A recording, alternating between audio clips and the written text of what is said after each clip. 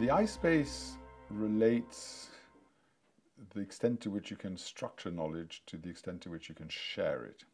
So the three axes are codification, abstraction, and diffusion. So you can think of codification as the ability to distinguish between categories. Then you can think about abstraction as saying, well, how many categories do you need? So abstraction is a process of eliminating the distinctions and treating things that you would normally think of as different as if they were the same. Codification and abstraction are opposite tendencies. One is about how do I articulate differences, and the other one is how do I eliminate them.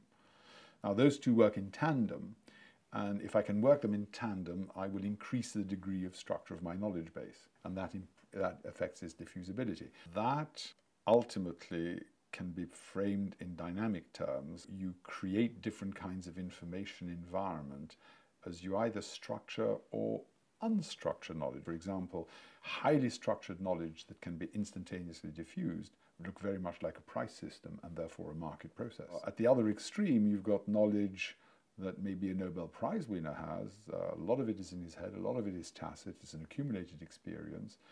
And a lot of that is not going to be readily articulable and therefore not shareable. These different cultural structures to some extent reflect the information environment made possible by the critical knowledge and the way it flows. If you look at this dynamically, you end up with a learning model, which is knowledge goes through these, think of them as phase spaces, they go through different, or phase transitions from one kind of environment to the other. And when that happens, the question then becomes, well, are the learning process and the cultural process well aligned? And if they are, you're going to get something productive, and if they're not, you're going to have problems.